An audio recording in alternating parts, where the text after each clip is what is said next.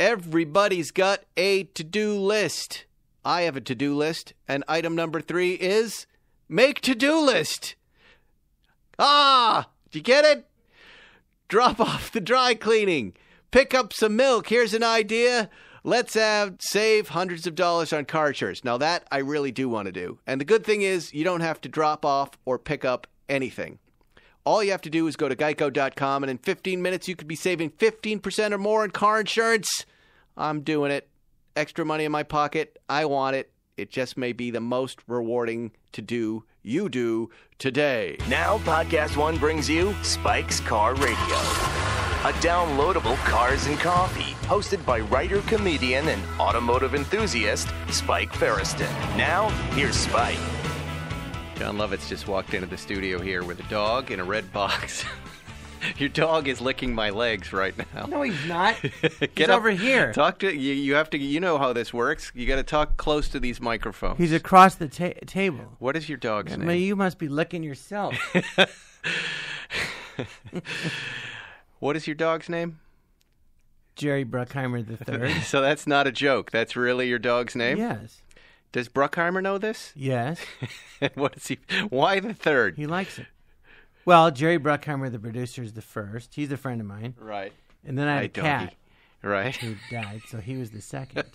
Right. Well, at the time, he was just Jerry Bruckheimer. So this guy doesn't move up. So then to I the got my spot? cat, my dog, and he's a rescue. He's already named Jerry. So I decided to name him Jerry Bruckheimer, and then he would be the third, and that's his name. What are you doing hanging out with Jerry Bruckheimer? Well, I've known him forever. Yeah? Yeah. Dana Carvey and I knew him, but I met Don Simpson, his partner, years ago, and became friends with Don, and then met Jerry, and I'd hang with them in Aspen, and then they wanted Dana Carvey and I to star in the movie Bad Boys. Right. And then, unfortunately, it didn't work out, but I stayed friends with Jerry, so that's, And then you named your dog after him. Yes.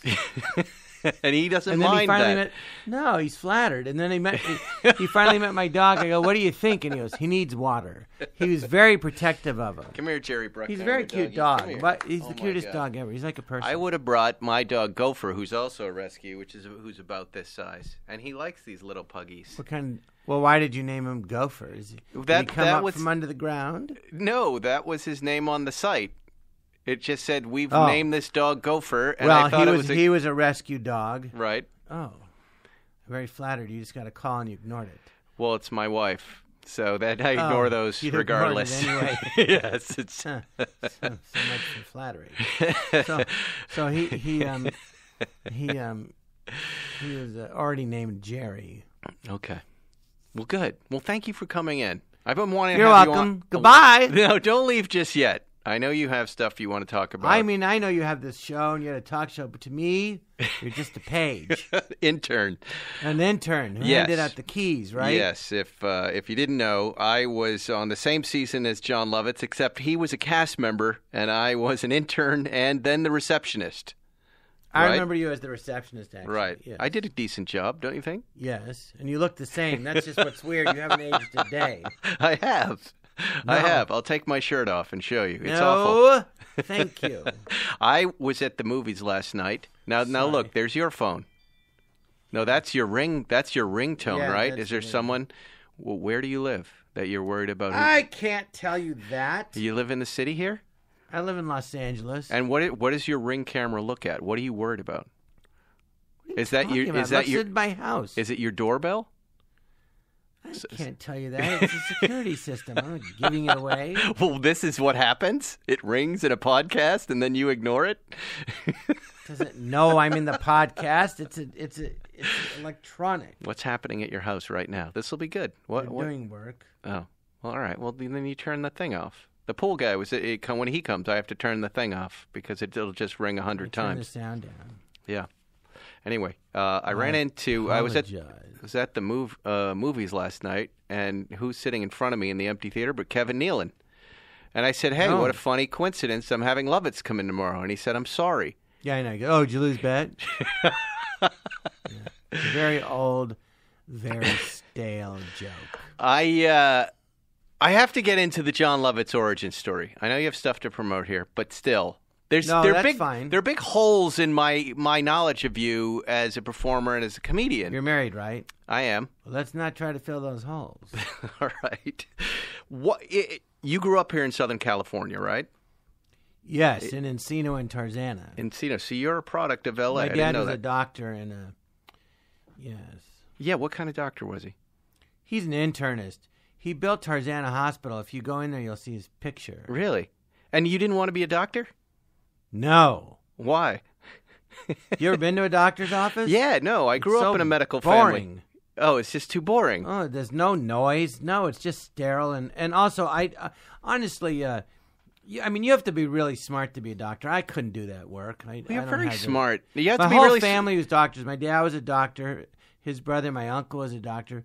My mother's brother, And an eye doctor. Everybody knows him. A world famous eye doctor, Robert Abraham. Look up the Abraham lens. And every eye doctor goes, "That's your uncle?" Yeah, Uncle Bob. I didn't know.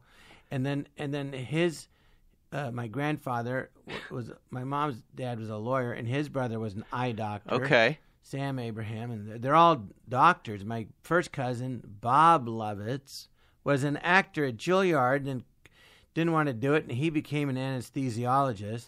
My cousin Brian's a surgeon. I mean, they're all... I just couldn't do it. I don't have the brain for it. I have Didn't they ADD. put pressure on you when you were a teenager? Were you always in the comedy? No, because my father wanted to be a singer, and I said, "Well, do you want me to be a doctor?" He goes, "Well, that's up to you. I would never tell you what to do, John. Really? I promised I would never do that.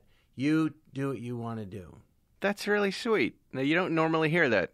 No. Or a gentleman from your I mean, generation. doctors, and then my best friend, David Kudrow, Mm-hmm. Lisa's brother, he's a doctor. He's a neurologist. And then another guy, Peter Richmond, I grew up with. Peter, he's a surgeon. There's me and five other guys that were all best friends. Wow. Growing up since Okay. we're 13. And, Stay close to that mic. Stop two of leaning them are back. doctors, and two are lawyers, and one's an architect, and I became the actor. Okay, here's something else I didn't know about. I didn't know you were a twin. That I'm Jewish? No, I knew that. You have a twin sister? Yes, but I don't really talk about her or my family because it's their private life. Oh. Isn't it? Not really. Yes. It's not really private if I could find out. Well, I just but Googled it and I'm I saw protective this. of her. Yeah, but I You don't could just talk about what it's like being a twin. I don't need to know about Leslie. I just didn't know you were a twin. Would you shut up, you idiot? I didn't know I about can your Yes? your Brother? straight twin, Jeffrey Ferriston, who talked to me about you. And You said- know my brother. And said that you used to attack him. That's in none the of that room is you true. shared. No. Mm-hmm. That's Wally. Or is that private? There's nothing private in my life. I don't care. Well, everyone refers to you as the twins. You know, when you're a twin, every twin knows that. They go the twins. They're just all these little things I That's didn't all know. I'll say about it. I'm very private. It's her. She, you know. I What don't kind talk of about privacy are you violating by saying what it's like I being a don't twin? talk about it, Spike. You can ask me till you're Jew in the face. I mean, blue. I don't talk about it. All right. You're a little touchy. I get No, it. because you keep. I want to making hear me about. Say it. I like also when I'm I like these other jobs that people do that I can't imagine them doing. Working in a clothing store, I can see you I'll doing talk that. about I can me see all you you doing that. But I did stock work. I didn't like it. yeah. The people were nice. What about being a waiter? Where were you waiting tables in L.A.? And at what age is this? Well, I went to New York to try to. I wasn't getting anywhere here, so I went to New York. And a friend of mine, I had a lot of friends from college there that were drama majors. So Laura Heller got me the Renaissance Fair, and then Christy, a guy, he was a waiter at this restaurant, giggled, and so it was crazy busy. And so the manager Mike goes, "Have you been a waiter before?" I go, "Yes," and I had never been. It was so crazy, and I was the worst waiter in the history of life. And I had like 2 glasses of wine on a tray, and I'd hand it to one, and then it spilled over, and the other guy, horrible. And he goes, "Just tell me the truth, John. Did you lie? Were you ever a waiter?" "Yes." He goes, "Just don't lie." I go, "Yes." "Well, I have to let you go." "All right." But I was totally lying. They wouldn't admit it. I was a horrible waiter. Everyone was a waiter. They make good money. I couldn't do it at all. Sebastian Maniscalco was just on, and he was talking about being a waiter at the Four Seasons. Name dropper. I was a Spike waiter. Ferriston. I was a waiter. Well, I was horrible. I had like 5 tables, and a friend of mine, she just laughed at me. I go, how do you do it? She had 27 tables. Mm-hmm. She goes, 5, and you couldn't do it? I go, I started to get the hang of it. It's hard work, though. 5 is a lot. That's a lot. I couldn't do more than 5 tables without screwing up. She had 27. Yeah, that's insane. She didn't do it well. That's a lie. Talk about a lie. No, it wasn't a lie. All right, let's just flash forward here now to Saturday Night Live. How did you get on this show? Because I'm missing. I asked Kevin Nealon this. He told me a story I hadn't heard before. I don't really know. I don't recall seeing your audition tape when I was there and going through the tapes. What is that little? You probably weren't allowed access because you were just a receptionist. No, we were going through we found that big drawer. Audrey was telling us to throw them out at one point. How long do you want me to tell it in? Because just tell the short version, because we want to talk about cars and hangers and then your new stuff. I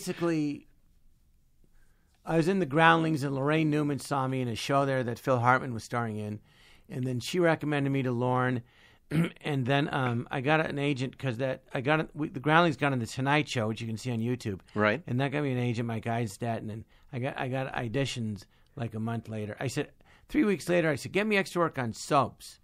I go, I needed money because I paid $90 a day, and I was a messenger making 40, nothing, $5 an hour. He goes, no, you don't want to. I'll do it if you want, but I'd wait 3 weeks till the audition. So in May, I think it was May 3rd. There was all these auditions, and I got everything. And I got a movie with Charles Grodin, and we were on Catalina Island, and I was supposed to meet with Lorne. And he recommended me to Lorne.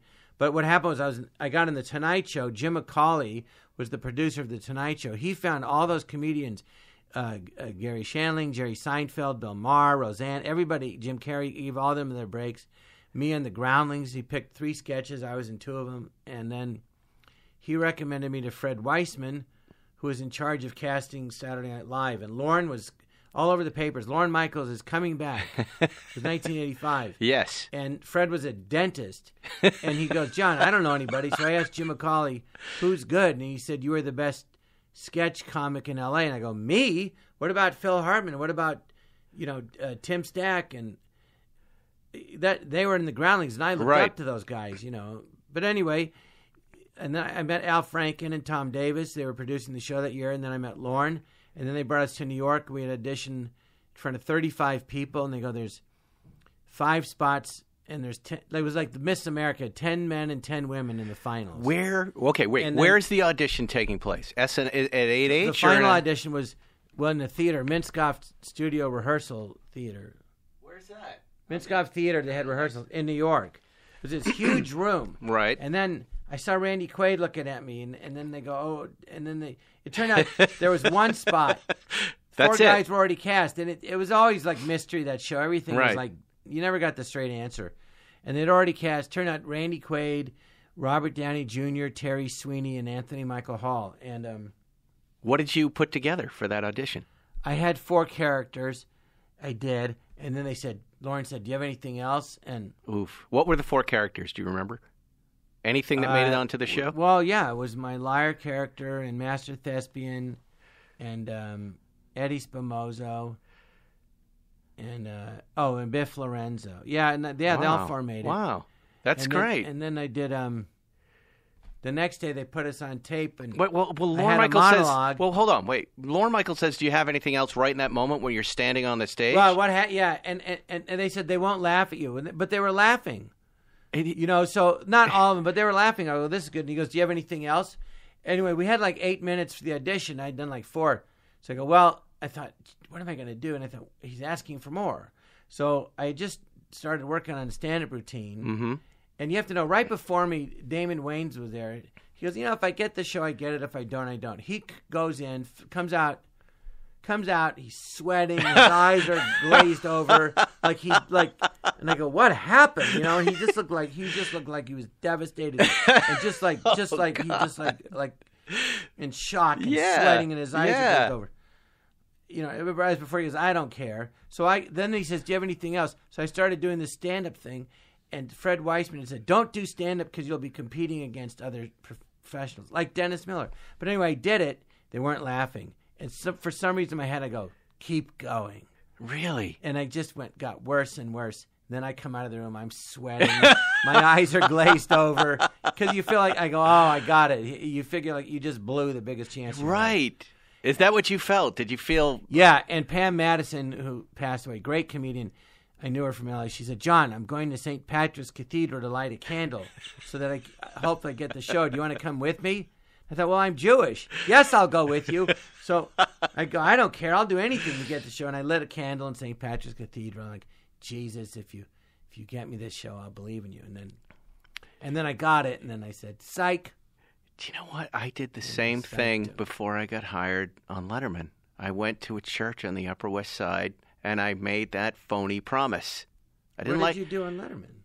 I had made my writer's submission to the show, and I was waiting to hear after SNL. Oh. And I did that same thing, and I said, it's so weird if you because do... He came to me in a dream and said, just like Spike. What's that? Just like Spike, he said. Well, here are the two of us promising a Catholic God that we would then go to church and then... Are you Jewish? No, I'm Catholic, or I was. I'm not anymore. Well, then I'm you nothing. were talking to a guy that was your leader. I was just talking to a guy. He wasn't my leader. Anyway, thank you, Jesus. And then we were on the show together. What a season that was. I mean, for me personally, it was like the movie The Greatest Year, where I was just walking around going, I can't believe I'm watching these people perform. Well, what year were you there? Because you came on later. I came on a few years after that. Yes. So I came on. I was like a big cheese. And then I spoke to you like you were just a person. You were one of the nicest people there. Thank you. You were a nice, genuinely nice person. Always nice, too. Who cared about the production staff and everyone else as long as we laughed at your jokes. You just made that up. I was nice. Well, no, because I never bought into being famous. We're all there together, and I was thrilled to be there. And it was like, hey, who are you? And this is fun. And I can't remember. You were always very nice. A single awful person on that whole staff. It was such a wonderful experience. Hey, is this true? Does Lorne Michaels tell every cast member when they get cast? Does he say, look, your fans are going to write you or they're going to message you on Twitter, and they're going to tell you you're the funniest thing on the show every week? Don't believe it. Is that true? He said that in the room to all of us, yeah. He did. Yeah. Wow. And it was that. And he's right because everyone's being told you should be on the show more and you're the funniest thing on the show. He was right. They do. They say it to everybody. Right. All your friends do, and why aren't you on it more? And I think that show at the time was a gateway to a movie career, and so people's reaction. I mean, in my life, they changed a lot, and it was very upsetting because I'm like, hey, I'm the one that got the show. Now you like me. Now I'm great. And then some people are so jealous. It was like, right. It's crazy. And you're like, hey, I'm the one that got the show, and I didn't know what was happening. And a friend of mine, Rick Palak, who owned the clothing store I worked at, and he was a patient of my dad's. And I graduated college. I needed a job. I goes, I have this patient, Ricky, sells clothes out of his apartment. The guy was 23, making $1 million a year selling clothes out of an apartment. And he ended up dressing all the local newscasters, and he did very well. Anyway, he sent me a book with a quote he highlighted from Kirk Douglas that said, when you become famous, you don't change, everybody else does.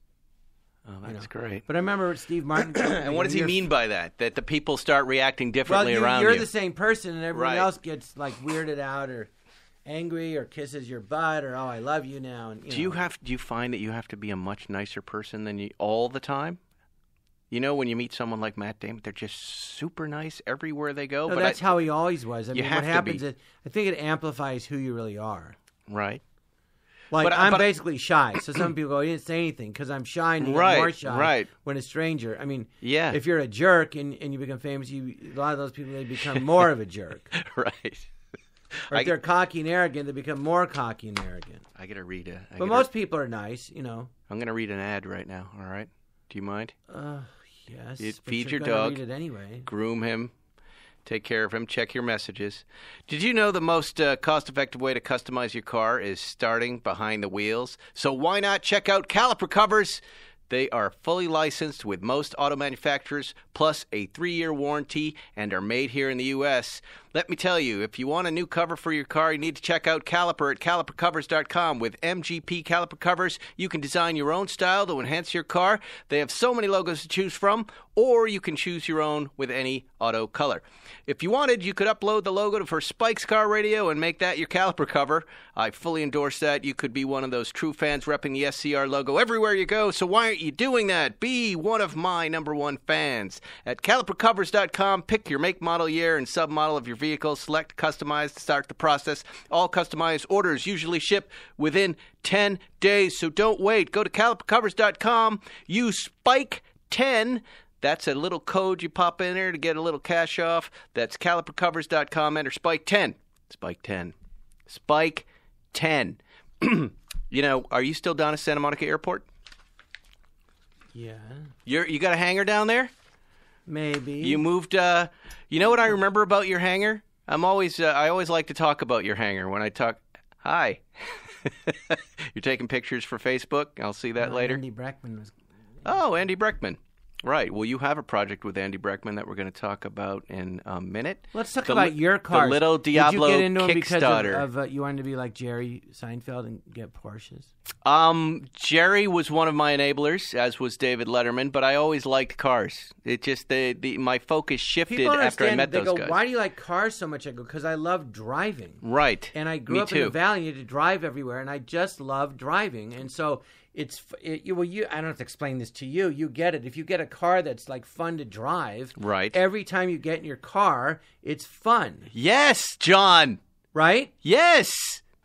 Exactly. I don't have anything to add to that. You're exactly right. And we're lucky that we can now. I mean, I'm not complaining. I got a Vega when I was in high school. Right. It was like mustard yellow. It was the ugliest car. But it was my car. And you drove, and you felt better. In college, he said, I'll get you a car. And he got me a Toyota Cressida? A fastback. Okay. Now I forget what it was. White. It was really great. But your point is... But I got Saturday Night Live, and I had to leave my car at his house, and then he sold it. He goes, I sold it, and I'm keeping the money. I paid for it in the first place. So I didn't have a car. Well, it was his car. And I feel very lucky that I did well finally after 13 years of trying to do it and living after college, living on... The good thing was he said, you're on your own. Thank God, because I was living on $5 an hour, and I go, if I don't get my shit together... I'm going to be doing, crap jobs the rest of my life. Right. And it really motivates you to, like, go for it, yes. Like more than everyone else, which is, I think, a big reason why I finally got somewhere. Because I did work my butt off. It was so hard, but I'm grateful. But I love cars. I remember your hangar was always a little messy and goofy. I liked going into it because I'd walk in, there'd be a Mustang.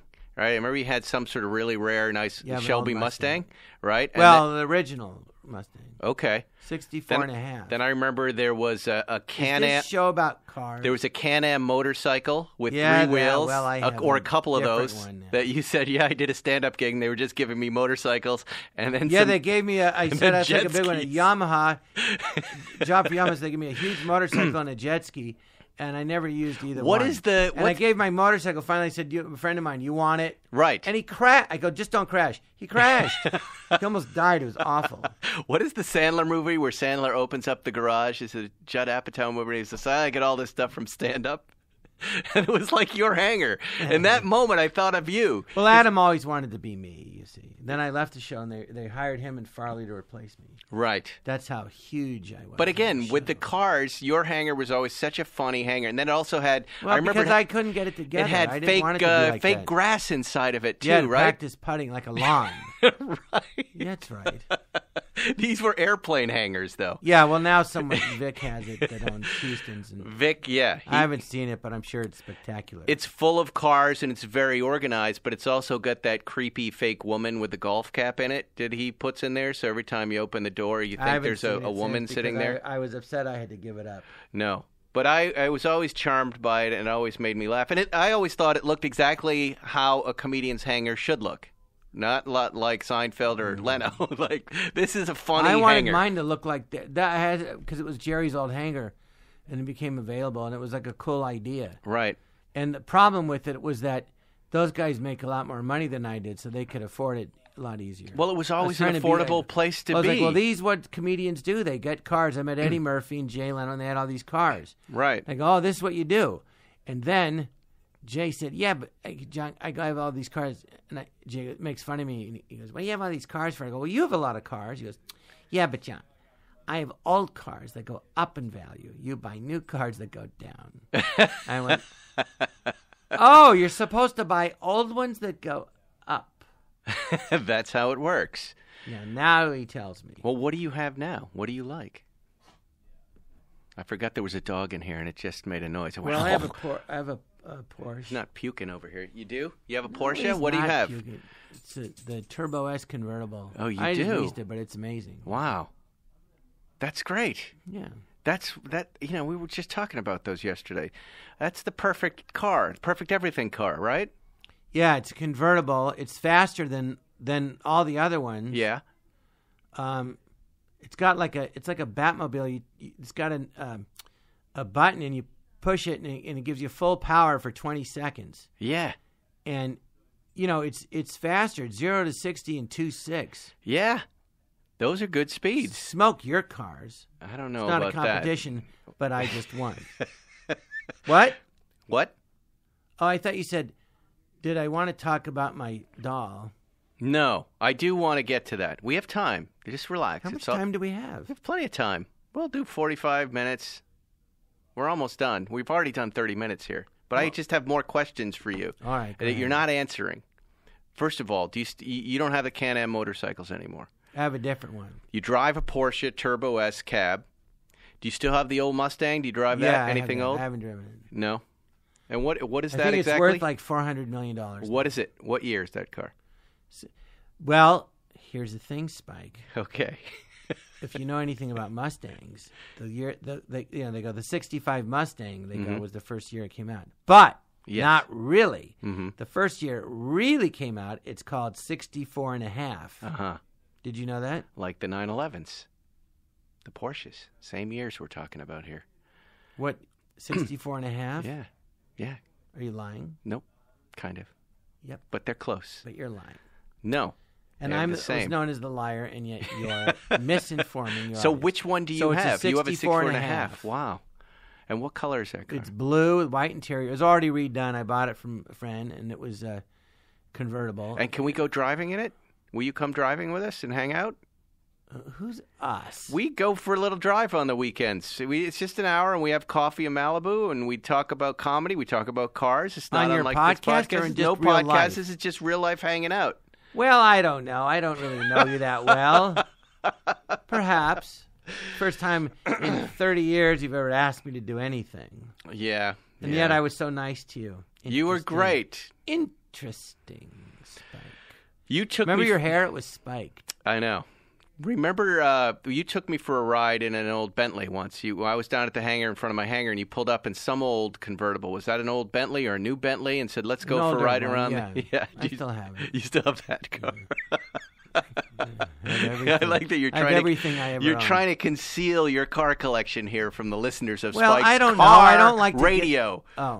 These Why are don't only we talk car about people new listening. cars? I leased a new car. I have a Range Rover SVR. You do? Yeah. Wow. Sport. 575 horsepower. The thing is sick. Yeah, you like to go fast. Yeah, well, don't you? Well, that's a perfect two-car collection, the Range Rover and a Porsche. Look, I'm doing the same thing. I have a Range Rover Sport, and I have new I have Porsches others that I as well, drive. but I'm not talking about it. Why? Yeah, why? Because I don't like your whole attitude right now. Why do you only buy Porsches? You don't like anything else? I have an old Land Rover. I have a BMW. I have a Volkswagen. Boring. I just got a Jeep. What about the 720S McLaren convertible? I would. I want to drive that first before I buy one. But I got a Jeep Gladiator.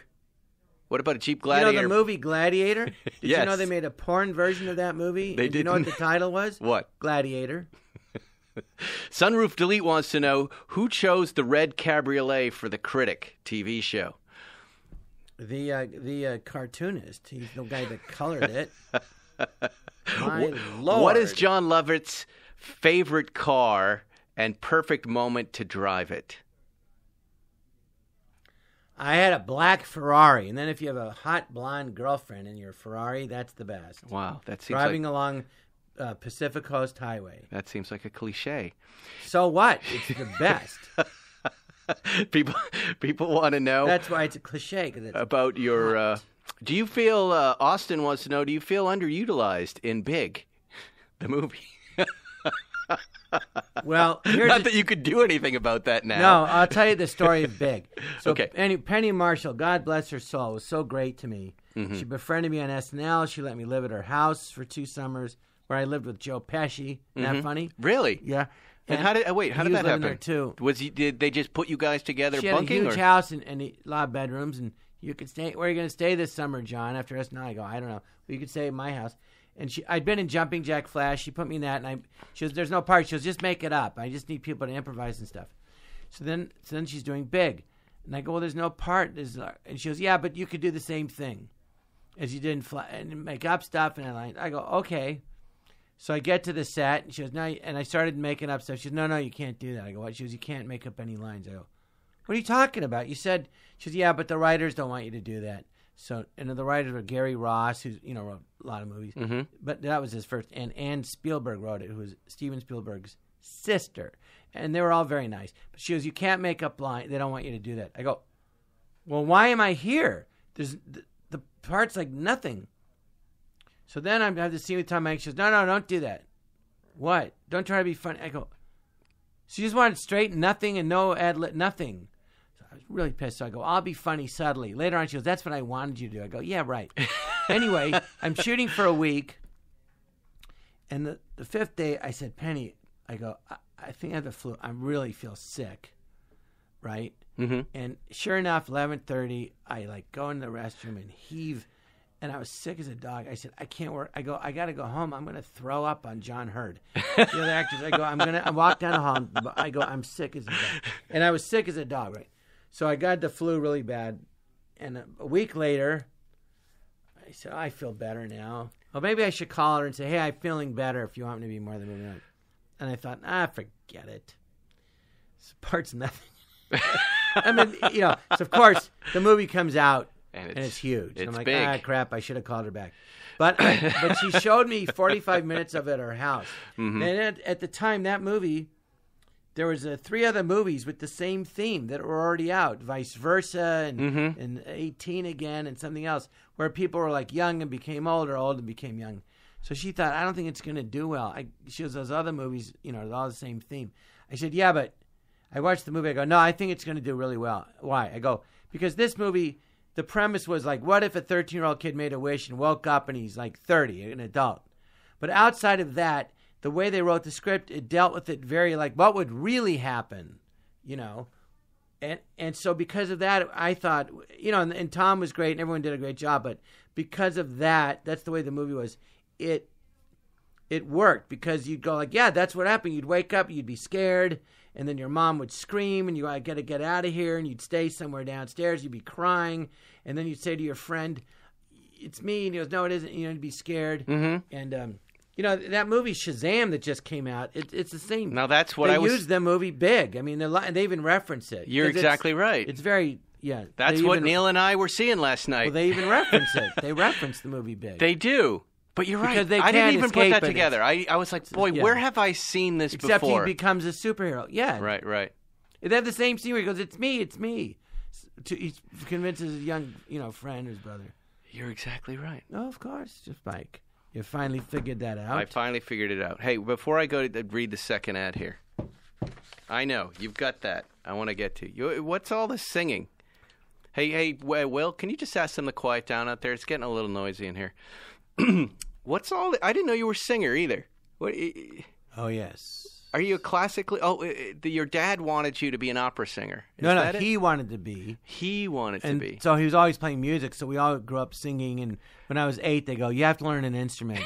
So pick something." So I said, "Drums." No, that's my son. That's what I said to my son. All right, piano. So I play piano and sing, and I've been working on my singing. And I've sung at Carnegie Hall, the Royal Albert Hall. My friend got me a job with Robbie Williams. Yeah. Swing While You're Winning, and we sing Well, Did You Ever? And I was trying to imitate Bing Crosby. But lately, I've been I do stand-up, and I've been working on I play the piano and sing in my act, but I've been working on my singing. And guess who my singing teachers are? No idea. No, you don't have any idea, do you? See ya? It's Pavarotti and Frank Sinatra. Now, what better singing teachers could you have? Now you're going, well, how can they be your singing teachers, John? Well, I'll tell you if you'll listen, Spike. If you go on YouTube, and Pavarotti explains how he sings. Yes. And it's called covered sound. And he explains it. And it works, of course. And how does covered sound work? Well, I like this your idea. throat has to be totally open and relaxed. Mm-hmm. And he goes, your vocal cords are hanging relaxed. And they vibrate in the middle, he says. And so instead of squeezing the air out with your throat, you have to use your diaphragm. Now, everyone always says sing with your diaphragm. But people go, what does that mean, sing with your diaphragm? It means that, what it means is that when you breathe in, yes, your throat's totally open, so you're forced to use your diaphragm. Now, Frank Sinatra, believe it or not, if you want to become really great, he wrote a book, Tips on Popular Singing by Frank Sinatra. Because I go, what is he doing? He's so great. Well, it's his phrasing. Well, it's this. And I looked it up. He explains it. He wrote a book about it with his singing teacher, who was an opera singer, taught people how to sing opera, but that was his vocal coach. So, John Quinlan. So anyway, he says the art of breathing. Okay. Oh, yeah, because he explains it differently than any singing teacher. And I've had a few lessons, but they go, you breathe in and pull your stomach in, and you don't let your diaphragm lower. Well, you can't feel your diaphragm. Your diaphragm is the muscle that separates your heart and lungs from the other organs in your body, your stomach and your liver and your kidney and all that. So what happens is when you breathe in, your lungs fill full of air, right? Okay. And your chest cage goes out just naturally. And then Frank Sinatra says, now just naturally, he goes, it'll come out naturally. Don't let it go back in. Well, when you do that, you automatically start engaging your stomach muscles without thinking about it because you don't feel your diaphragm. You know what I mean? You automatically hold it in. So what happens is when your rib cage goes back in, it pushes the air out of your lungs. So if you combine that with your throat being open, the air comes up, it vibrates your vocal cords. You're like, so instead of going ah, you're like ah. You hear the difference? Oh yeah. Do you want to sing us in a commercial? Everybody loves somebody sometime. Beautiful, beautiful voice. Think of all the weird things found at Podcast One in our recording studio. And in cars. I'm not talking about your garden variety petrified French fries, melted crayons, or anything else in a car. I'm talking about live snakes, bizarre trinkets, the kind of stuff that just makes you wonder about, folks. Another thing that makes you wonder, but in a good way, are Continental belts. Do you use Continental belts, John? Not that I know of. Bet you didn't know they're OE in tens of millions of Chrysler, Dodge, and Ford GM vehicles that roll off the assembly line. They're also OE in the majority of BMWs and VWs. Now Continental is launching the aftermarket multi-V belt with the OE pedigree. It's their first OE technology series. They're also OE in the majority of BMWs and VWs. Now Continental is launching the aftermarket multi-V belt with the OE pedigree. It's their OE technology series. Belts that are fanatically engineered for the perfect fit, form, and function. And Continental has an OE technology series multi-V belt for 98% of the vehicles on the road in the U.S. and Canada. Hey, you can get enough surprises on the road working on cars and trucks. A belt shouldn't be one of them. Go with Continental OE Technology Series Multi-V belts, the belt with the OE pedigree. To get the full story, visit oetechnologyseries.com. Let me tell you this. Jon Lovitz is here in the studio, and he has a new and I like toy. to sing again real quick. You want to sing before the I song get... I sing in my act about Bob Okay, go Saget. ahead. Go ahead. Oh, Mr. Bob Saget likes it in the kitchen. By the way, Bob's a gourmet chef, so I wrote a song about it. Okay. Bob Saget likes it in the kitchen. Mr. Bob Saget likes it in the kitchen, likes it in the kitchen, likes it in the kitchen. Mr. Bob Saget likes it in the kitchen. Kitchen, of course, is code for butt. That's Bob's code. I just cracked it. And now I'd like to talk about my dog. Okay. Andy Breckman is a comedy writer. Set this up properly. He's the only comedy writer I know. I know him. No offense to you. That's really a very funny person. He could be a stand-up, right? He's hilarious. The greatest. One and of the he original started SNL a guys, game right? company with a company called Breaking Games, and he has game boards and this.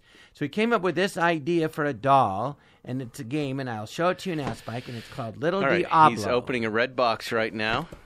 Size of maybe a birthday cake box. There's a little paper on top.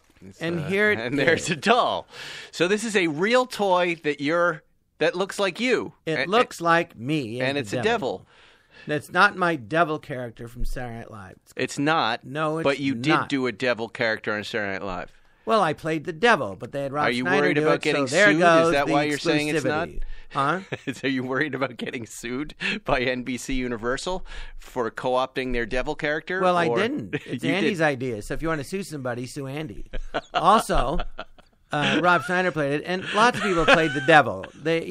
Nobody created the devil character. You cannot copyright the devil. Exactly, but it's my Wow, face. look at that. All right. So on the belly of this doll, it's an adorable little fat doll. Yep. Kind of has my shape, the body of a pear. It does. And then you don't have to agree. I'm just trying to validate. You bastard. Anyway, on the belly, as you see, it's like that game Simon, colored lights. So you have to hit the colored lights in a row. Right. So I'll let you do it. Right? So like it's a red, light green, orange, and purple. So it's a memory game on the stomach right, of and this there's 10 devil levels. doll. And that's all. How do the Simon people feel about this? You'll have to ask Andy Breckman. Once again, I had nothing to do with it. Okay. So I just do the voice. So now, I like but it's Simon, really by the fun. way. All right. And before I say anything, this is Can a I game. try it? Yes, I'll let you do it. But I want to say that this is a toy All right. that you want to give to people you hate. If you want to drive somebody nuts, Got it. you're like say, I'm telling you folks, if you have a fight with a friend and you feel really bad, you don't really feel bad. You pretend to make it. You go, gee, I'm so sorry. I feel so bad that I got you this doll. And then it will drive them insane because you have to do 10 levels and you hear my voice and I heckle you as you're doing it and it doesn't stop. You have to do all 10 levels. You can't turn it off. Once it's on, it won't turn off. That's it. Unless you And hit can level 10. Put it down. Yeah, level 10. You can I put like it down. Right. And it still talks. And it goes like, hello, I can hear, where are you? I can smell you. Right. All right, so now to start it, we hit all 4 at once. And then if I were you, I would, I don't know how loud it is. You might want to hold this up to I the know. speakers. I'll do it. Okay. Okay, ready? Yep. Go ahead. You're starting it now? Are you ready for little Diablo? Yes. Once we start, there's no turning back. Okay. I've got. Concentrate. Don't screw this up. All right. That's 2. What a loser. It's heckling me while I do it. How did you become such a loser? Did you take lessons? Hey, get your fingers out of my butt. How hard can it be? Just repeat the damn colors. What is your problem? Let me guess. Masturbation elbow? Thank you, Kickstarter, for introducing me to this idiot. Sorry, am I distracting you? You really stink. Seriously. You smell like a pig with the run. You suck. Okay, this time, try using your Oh, brain. jeez. Roses are red, violets are blue. God made me pretty. What the hell happened to you? You want to shoot me, It don't must be you? close. You're doing There's only good. one problem with your fate. I can see it. Oh, yeah, Oh, no. Ready? So now I can't. Now I have to just keep going. But I don't want to Exactly. keep going. I can't. Focus. You are a waste of flesh. This is making me I anxious. know a secret. Folks, you got to give it to people you hate and love. Now, if I don't participate with it right now, what is it going to do? Well, let's find out. Oh, It won't stop. Ready? no. Take this. No. Take this. I don't want it. Now it's going to make noise for the rest of. Oh. I don't like this. It's unshut-upable. You're right. You can go on Kickstarter, Little Diablo, and you'll see it. You can Well, buy the it. And you get a special price. Some of them I've signed. Wow. This is a Kickstarter project with Andy Breckman's Well, toy it's already company. been funded. It's Yeah, so already they're been going to funded. make it. It'll be in GameWorks and different, and you can buy it. And it's Hey, where'd you go? see Oh, now wow. if you didn't play it, so it keeps talking to you. What if I hold all 4 buttons down? Is it going to turn off again? No, It just stays you have to on complete the all whole 10 time. levels. Back here. Oh, no. A person like me, when I don't have control over a device like that, would make me crazy. Exactly. It would legitimately That's why I make me say really give it, mad. Give it to your friends. Yeah, yeah. And even better yet, give it to your enemy. Well, I'll have people. You go like, I'm so sorry. Or you get in a fight with your friend. You go, gee, I'm so sorry. Or you have a girlfriend that's mean to you and she dumps you, and you go, here, can we get back together now? Okay, here, just take this. Wow. And then it You drives never you. finish anything, do you? That would be good Look in a at that. relationship. Will, you like this idea. Look at Will behind. He's laughing. He thinks this is great. Right? Wow, you may have Everybody lightning in a that bottle sees here. it wants it, Get Spike. back here. I'm not through with you. That's the doll, folks. Anyway, I can. And it just keeps going. It just keeps going until you reach level 10. He's still talking in the box. Mm-hmm. Let's shut the box and let's hear. Let's listen. Your dog has been so well behaved, by the way. I applaud Yes, you, he's your great. dog, Jerry He's more like a Bruckheimer. person.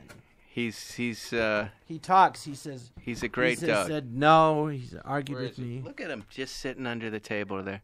Here, I have a gift right. for you. This is for the Kickstarter, and you can talk about it There it is. on every show. There it is, the little Because Diablo I was dog. nice to you the whole season. You were great. 20 shows. You've always So been now a nice that guy. means you have to plug this for 20 podcasts. I will plug it right or now I'll for you. just leave this in your car. It's still talking in the box. your bedroom. If you want one of these little Diablos, they are really diabolical. I would suggest you get one for your worst enemies. You can go to www.littlediablodoll.com. It's still talking. Andy Breckman, he wrote the still movie talking. Rat Race that I did. He's one of the best comedy writers there is, and he created the show Monk, and he's Oh, that's brilliant. right. Monk was his big show. But he's a funny person. Wasn't he an Andy. SNL writer before that? Yeah, he wrote on Letterman. He wrote on SNL. That's right. One of the greats. And he was always a joy to be around. He's Yes. a very funny person. All right. I can't compete with that. John. Did you have other questions? Or is your curiosity dead? No, we got to give up the studio. But I can't continue with this little rambling nonsense. Can't you? Next to you. No, I can't. Yes, you can. I wish my memory was. You want me See, to there it sing some goes. more? I would like that. Why don't you sing us out of the show? And we'll say goodbye. But it's been great. Oh, Mr. Spike Ferriston likes it in the kitchen, likes it in the kitchen, likes it in the kitchen. Mr. Spike Ferriston likes it in the kitchen. Kitchen, of course, is code for butt. Oh, you wake up in the morning and you brush your teeth. Spike takes it up the butt. You wake up in the morning and you brush your hair. Spike Ferriston takes it up the butt. It's as easy as 1, 2, 3. Simple as ABC. This is nice. I like this. You wake up in the morning and you take a breath of air. Spike Ferriston takes it up the butt. That's Spike Jon Lovitz. is bleeding. Everybody, thank you for coming, John. We'll see you next week on Spike's Car Radio. Blood. Quick before we go, 60 seconds. That's exactly how long this commercial lasts. You know what else you can do in about a minute? Get an offer with your car from TrueCar. That's right. In the amount of time it takes to floss your teeth, pet your dog, do a few sit-ups, just listen to my voice, you can get a true cash offer. Best of all, you can do it from your smartphone or at home. Just go to TrueCar and simply enter your license plate number and watch how your car's details pop up. Answer a few questions and you'll get an accurate true cash offer from local TrueCar certified dealer. It's that easy. After that, you can bring your car in and they'll check it out with you together, the two of you. You can even hug if you want. You can ask questions, get the answers you need so there's no surprises, and simply leave your check or trade in your car for a new ride. So when you're ready to experience a new, better way to sell or trade in your car, check out TrueCar today. Thanks for listening to Spike's Car Radio. Download new episodes every Wednesday on the Podcast One app or subscribe now at Apple Podcasts or PodcastOne.com.